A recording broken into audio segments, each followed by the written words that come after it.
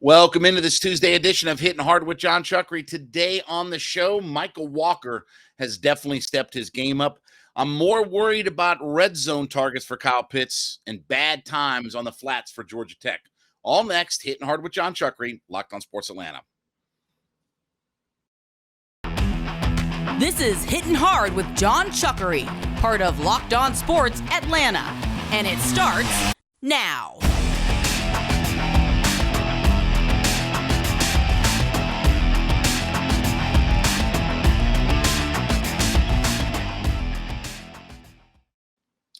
Welcome into Hittin Hard with Jon Chuckery here on Locked on Sports Atlanta. Head to youtube.com, put Locked on Sports Atlanta in your search browser. Hit the subscribe button, leave us a comment. We are free and available, all your favorite podcast platforms, including Spotify and Odyssey. Download us for free there today. Leave us a 5-star review.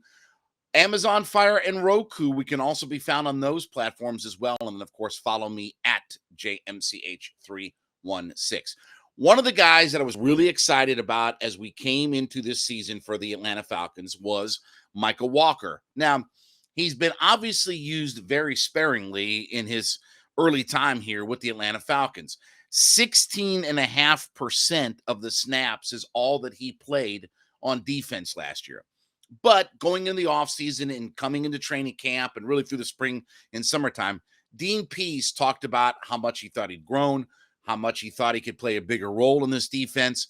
And we knew that Mykal Walker, if nothing else, was a really good coverage linebacker. If you look at his Pro Football Focus grades, he's been one of the better coverage linebackers. It's just that he doesn't get a whole lot of snaps on the field. And again, 16.5% of the snaps last season on defense is all that he's played.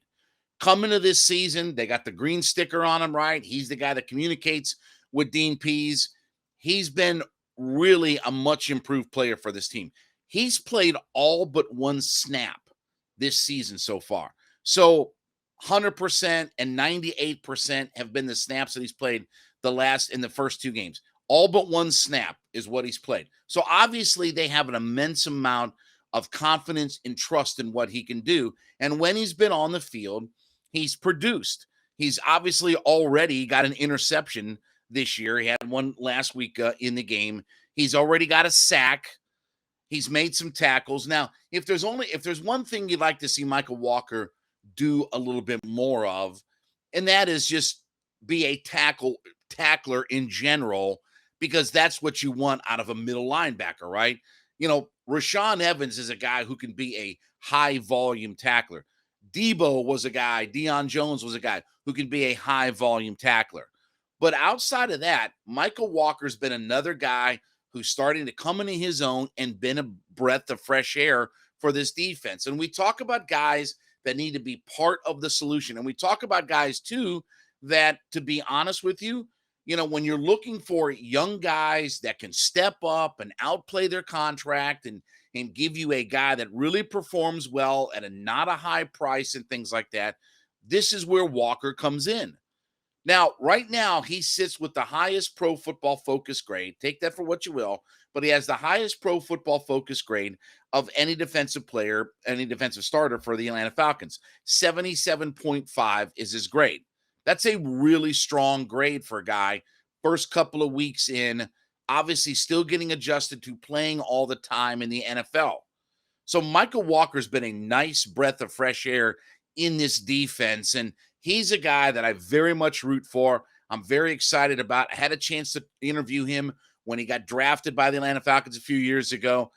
He's helping this defense take that next step up. Now, we'll talk more about this in just a second. But first, we're talking about my friends over at betonline.net. Look, you had 2 Monday night games on last night, right? And we're going to get more of that coming up. And you got NFL season, college. Everything has jumped right in, right?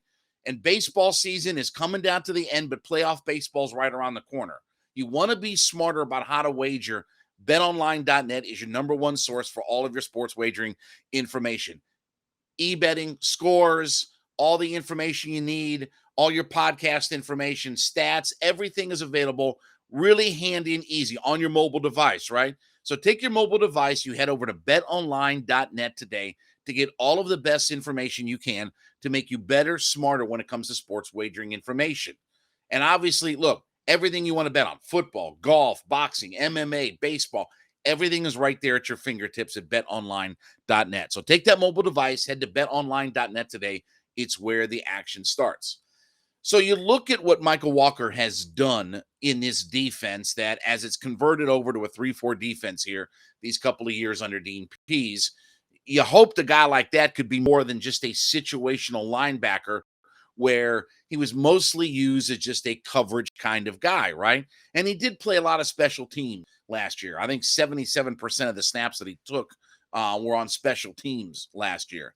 But now he's getting his chance to start and shine. And Dean Pease talked a lot about him in the offseason, talking about how much more of a bigger role he can take, how much more leadership he can take on this defense. And we're seeing that manifest itself over these first couple of weeks. And these are the reasons why Rashaan Evans is a guy that Dean Pease said, I don't know how Tennessee didn't give him a fifth-year option. Mykal Walker's been given the green sticker to be the guy that gets the calls in his helmet. All of these are reasons why that I've told you before that Deion Jones is not going to play for the Atlanta Falcons.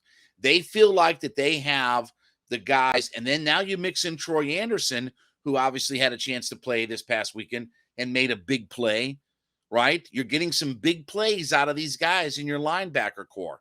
Well, he came in and blocked a punt and got a chance to play a little bit on defense. All of these are reasons why I've said before that I don't believe that Deion Jones is going to play for the Atlanta Falcons. I'm not saying that you can't use talented people on your defense, but for what the Falcons want to do, I think they feel like that they have found the guys to fit the role and do the things that they want to do. And Mykal Walker is one of those guys. And look, I would love to be able to see Mykal Walker continue to go. We know he can be really effective in pass coverage. Now just, get in the mix of more tackles and things like that. But he's obviously made a big step already in the first couple of games here for the Atlanta Falcons. He's obviously already made an impact on the field. He's had a sack, an interception, right? He's doing some things to make plays. As the wrestling announcer Jim Ross always says, maximize your minutes. That's what Mykal Walker has done and meant for this defense this year. And obviously, as we're going through a season that's going to be difficult for winning games and things like that, one of the ways we talked about yesterday is if this defense is going to help out and help keep us in games, sack the quarterback, create turnovers. Well, Mykal Walker's been front and center for helping do that with a sack, with an interception. So if you have a guy that can get around the field, make plays for you in a defense like this, where you need your linebackers to do a lot of different roles, right? Sometimes your linebackers have to come up in this scheme and go up and take on a blocker and make a tackle. Sometimes they have to drop back in coverage. A lot of different roles than in a 3-4 system, and especially under Dean Pease. Remember, he talked about, we've only got 25, 30, 35% of the playbook open and things like that. It's a much more complicated defense than probably what was played under Dan Quinn. And when you have guys like Mykal Walker who can step up and get your young guys, this is what we're looking for. More than just wins and losses, and we've talked a little bit about that yesterday, but you're trying to see growth from players. The fact that, number one, Mykal Walker has played all but one snap, that tells you a lot about how confident this coaching staff believes in Mykal Walker. And the fact that he's maximized his minutes when he's been out there with the sack, with the interception. Has he got some things to work on? Yes. But has he been a bright spot and a breath of fresh air in this defense? Absolutely. I'm very much going to watch what Mykal Walker does the rest of the season. I love the kid. I'm excited about him, and hopefully he's a long-term solution here to help the Falcons out. All right, when we come back, I'm more concerned about the red zone than I am about the totality of targets. We'll talk about that next. Hittin' Hard with Jon Chuckery. Back on Hittin' Hard with Jon Chuckery, Locked On Sports Atlanta. Head to youtube.com. Locked On Sports Atlanta is what you put into your search browser. Hit that subscribe button. Leave us a comment there. We are free and available all your favorite podcast platforms, including Spotify and Odyssey. Download us. Leave us a 5-star review there for free today. Amazon Fire and Roku. Check us out on those platforms as well at JMCH316 on Twitter. I know a lot of hype and hoopla and everything has come up about Pitts in London and things like that, about how many targets London got and Pitts not getting targets. So on the year, Kyle Pitts has had 10 targets with 4 catches. Now, last year, Pitts was targeted 110 times. And if you remember, I came on here through the summertime leading up into the season talking about I expected that number to go down. I know he's the unicorn and the fourth, and I get all that. But a couple of things. One is I didn't think they'd throw the football as much this year. So you expected that number to go down just because of the natural amount of attempts that your quarterback has. I get the idea of his importance to the offense. The one thing that concerns me, by the way, 4 catches on 10 targets, that's 40%. Well, that's Mariota. It's not all Mariota. By the way, he has a 10% drop percentage in his attempts and all that, okay? So, look, here's the reality. And this is where I will get frustrated. I'm not frustrated about the fact that Kyle Pitts has 10. If you're going to tell me that Drake London is going to get 12 or 14 targets a game, and that sacrifices some of Kyle Pitts, I'll take that. Where I don't want to sacrifice Kyle Pitts, and what everybody keeps trying to sell me on, and I'm sitting back here like, okay, I'm ready, waiting on, is the red zone efficiency. That's where you do have to target Kyle Pitts. And I know the coach got upset. It's not fantasy football and all this kind of stuff. And I get those, and I get that percentage of the fan base is upset. I got Kyle Pitts on my fantasy team, and I'm not getting. Who cares? Nobody could care less about your fantasy team for it. But if we're going to be in the business at all of winning football games, you are going to need Kyle Pitts down there. And I don't know what the deal is. I don't really understand. No red zone targets in the first 2 games for Kyle Pitts. Forget the 10. I'm more concerned about the red zone. Okay? Why is it this kid is either not targeted or not getting open to where, and now it's been 2 quarterbacks. So you can't blame this all on Matt Ryan. And you know, I understand part of it's Arthur, part of it's Mariota, part of it's Pitts. Everybody has blame, if you will, to go around. So before we just throw Arthur or Pitts or Mariota, one of them under the bus, it's all of it. And he wasn't, he only had the 1 touchdown last year. But you better get him involved in the red zone, because with all due respect to this offense, it didn't show you a whole lot.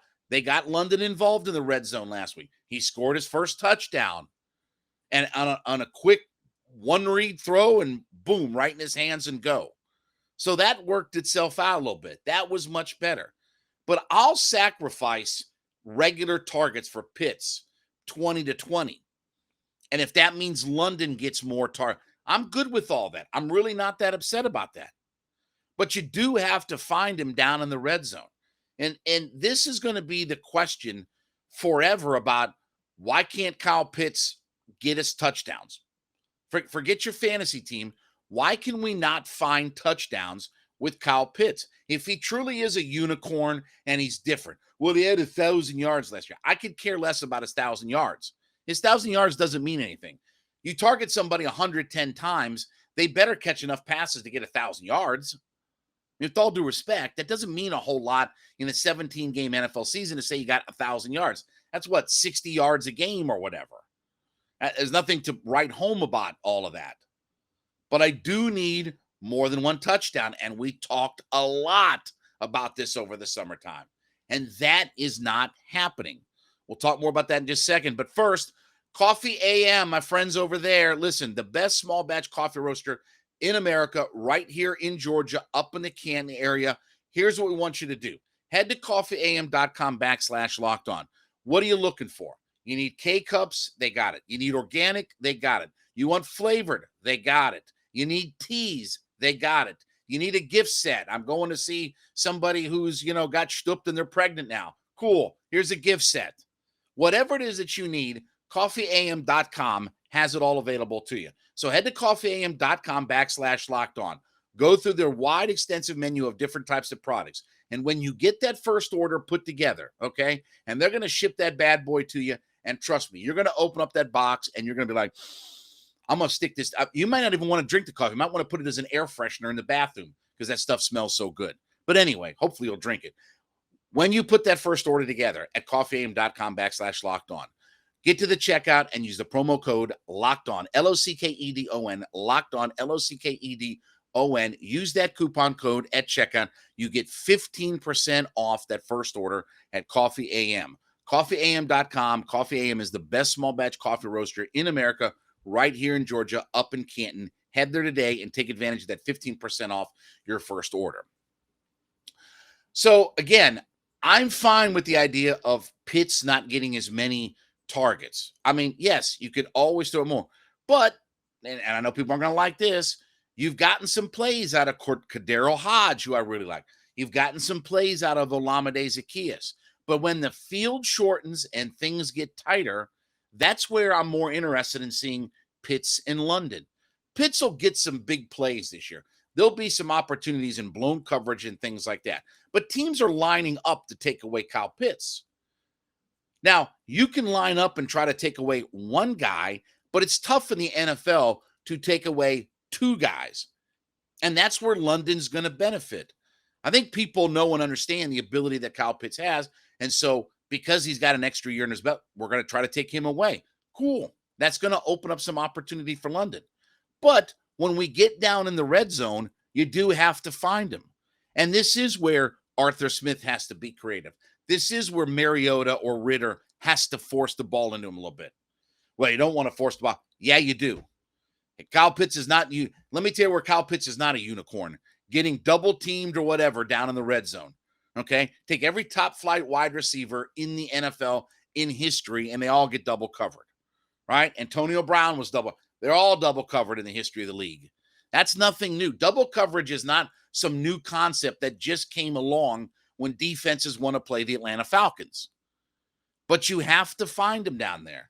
Because with all due respect, and I'm tempering maybe here a little bit, okay? The 1,000 yards, with all due respect, ain't worth a velvet painting of a whale and a dolphin getting it on in the scope of the NFL. Your effectiveness in the NFL comes from the fact of scoring touchdowns and making game-changing plays. And we got very little of that last year. And so far, we haven't gotten any of that this year. And that's where that has to change. You know, and I understand he's a unicorn and all this kind of stuff, but everybody has to be better when it comes to figuring Kyle Pitts out. Arthur Smith has to coach better, scheme better. Kyle Pitts has to do a better job of getting open. Mariota has to do a better job of looking his way and finding him. All of that has to come together. It's not one thing that has to come together. It's everything that has to come together. So I'll take the less target because I knew that was going to happen. I told you that I knew that 110 number was going to go down, and that's fine. That's not a problem.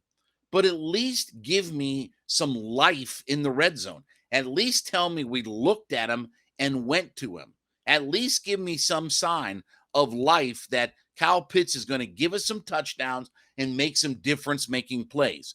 Not just tell me about 20 to 20 what his yards are and unicorn and use that as our basis for unicorn numbers. That's not where I could care. I could care less about Kyle Pitts there. Tell me what Kyle Pitts does when we're trying to score touchdowns instead of letting Younghoe Koo finish off drives with a field goal. When we come back, tough times down the flats right now for Georgia Tech. This is playing out almost the way that I thought it would. We'll talk about that next. Hittin' Hard with Jon Chuckery. Welcome back into Hittin' Hard with Jon Chuckery here on Locked On Sports Atlanta. Head to youtube.com. Locked On Sports Atlanta is what you want to put into your search browser. Download us there, and of course, leave us a comment. We are free and available on all your favorite podcast platforms, including Spotify and Odyssey. Leave us a 5-star review. Download us for free. Roku and Amazon Fire is where you can find us as well. And then follow me at JMCH316. Look, it's becoming a disaster on the flats for Georgia Tech. Now, a lot of things coming out of this. Yeah, that was a drubbing by Ole Miss, who's a nice team, but with all due respect, Ole Miss ain't better than Alabama. They ain't better than Texas A&M. They ain't better than Georgia. In the pecking order of the SEC, let's face it, Ole Miss ain't at the very top of that list, right? Lane Kiffin had an interesting quote after the game talking about Georgia Tech and their situation. Quote, "I would have liked the opportunity to throw more with Luke, but having empathy for what was going on in that game on the other sideline, and the hot seat or whatever he's on just didn't really feel like it was right. Whoo! You have another head coach understanding that the other guy's on a hot seat and how bad it was. And okay, look, this is reality. Let's separate fiction and reality. This is real. I said this on my radio show for weeks and months now, that this Saturday, and I've been pointing to this since before the start of the season, that this Saturday in Orlando, taking on Central Florida, that's a 4:00 kick on ESPNU. That's the swing game for what's going to happen with Geoff Collins. If they go down and find a way to win, because here's what's going to happen. You win this week, they're going to go up to Pitt the following week, and they're going to get beat. Now, through your first 5 games, almost half the schedule, but not quite, almost half the schedule, 5 games. If you're 2-3, Coach Collins will survive that. I do believe that. And he'll get a chance at least the rest of this year. Because after that, to be honest with you, I know Duke is 3-0, but you're home with Duke. That's a potential win. And you're home with Virginia. They suck too. So there is potential for a couple of wins after you get through that first 5 games, if you can survive that. This is the swing game, because you lose down in Orlando to Central Florida, who's no great shakes, okay? You lose that game, though, you're going to end up 1-4, through your first 5 games to start the year. And I don't think Geoff Collins can survive that. I think that is going to be the tipping point of, okay, we're 1-4. We only beat Western Carolina in the second game and struggled a little bit early to win that game for kind of blowing them out at the end. And you still on the schedule have Florida State, Miami, North Carolina, and Georgia. Listen to the last 5 games for Georgia Tech that end the year. At Florida State, at Virginia Tech, which has always been a house of horrors, home with Miami, at North Carolina, at Georgia to end the season. With all due respect, there's maybe they beat Virginia Tech, who's not very good, but anytime they go into Virginia Tech, Blacksburg, there's always weird things that happen there. Charlottesville and Blacksburg are 2 places that are always weird for Georgia Tech. This will be the swing game. They lose on Saturday to a very mediocre Central Florida team, which could happen. Not saying that they're going to win. I'm not saying they're going to lose. They could win that game. They could lose that game. I don't think there's any particular side. I know fans are going to say, well, they're going to lose it just because you want to hate on Georgia Tech. I get all that stuff. But if Collins loses that game and they're going to lose next week at Pitt, he's not going to survive 1-4. I don't care about money. This, with all due respect, in the world of collegiate athletics, okay, you can sell me on, well, Tech doesn't have money. Well, they had 3 basketball coaches that they were paying at the same time. So if they can find a way to pay 3 basketball coaches at the same time, they can certainly buy out Geoff Collins in year 4 of the program. If they win and they're 2-3, then okay, there might be some light that it won't be 6 wins, because there's not a chance that this team is going to get 6 wins right now for Georgia Tech this year. Forget bowl games. You're trying to at least get to maybe 4, maybe 5 wins if you're really lucky. Okay? I think Duke and Virginia are very much winnable games, maybe at Virginia Tech. But I don't see them beating Miami. Don't see them beating Carolina. They sure as hell aren't even going to be. That Georgia's JV team would beat Tech's varsity team right now. The guys who don't play for Georgia, the 5 stars who don't play for Georgia, are still better than what Georgia Tech's got going on. And I like, so we clear the air. I like Georgia Tech. I'm rooting for Coach Collins. I like the Tech program. I loved me George O'Leary. I even like Paul Johnson. And by the way, going back to Paul Johnson, people are like, well, you missed Paul Johnson out. No, you don't. That program was going nowhere under Paul Johnson. Go look at the last 4 years with Paul Johnson. He was in his last 4 years, which was his 8th year starting in the program. They were nothing. They had 1 9-win season. That's cute, pat you on the head for a 9-win season. The rest of the time, they were crap. So it wasn't like Paul Johnson in his last 4 years pulled off all these miracles for Georgia Tech. And when you're not even getting anybody drafted in the NFL, your program's not going anywhere. You're Tulane at that point. But Saturday is the game to watch. If they can find a way to get down there and beat the Gus Bus and Plumlee and those guys, they've got some weapons and they got some pieces on their offense down there to Central Florida. They can find a way, though, to get a victory. You can at least salvage the first part of your schedule. You can be 2-3 through your first 5 games. Is that great? No. Does that mean Geoff Collins will make it to next year? Doesn't guarantee anything. But I'll tell you now, if he wins on Saturday, he'll make it to the rest of the year. Because nobody is going to be fooled by what they're going to do with Miami and Carolina and even going to Florida State. You see, Florida State's got things figured out, and they're headed toward full tilt boogie, even with their backup quarterback and everything. Play really good defense. They really run the football well. Florida State's not back, but they're certainly much better than they've been. They're winning games that 2 years ago they would not have won at all under Mike Norvell. So they're headed in the right direction. So you can, again, 2-3, it's just like I talked about with the Falcons. 1-2 versus 0-3 may not sound like much, but the perception, it's a big enough deal. Look, is Geoff Collins the long-term answer to Georgia Tech? No. But 2-3 through his first 5 games will get him an opportunity to at least coach out this year, and then let's see what happens. Maybe it's bowl game or bust for Georgia Tech. I don't know. But if they lose on Saturday, I can tell you that I don't believe that Geoff Collins finishes off the season. I've said this for weeks now before the season started, that Central Florida game was going to be the swing game. Because I don't expect him to be Clemson. I didn't expect him to go, the following week in October up to Pitt and win. I didn't figure that they would, I figured that they would beat Western Carolina.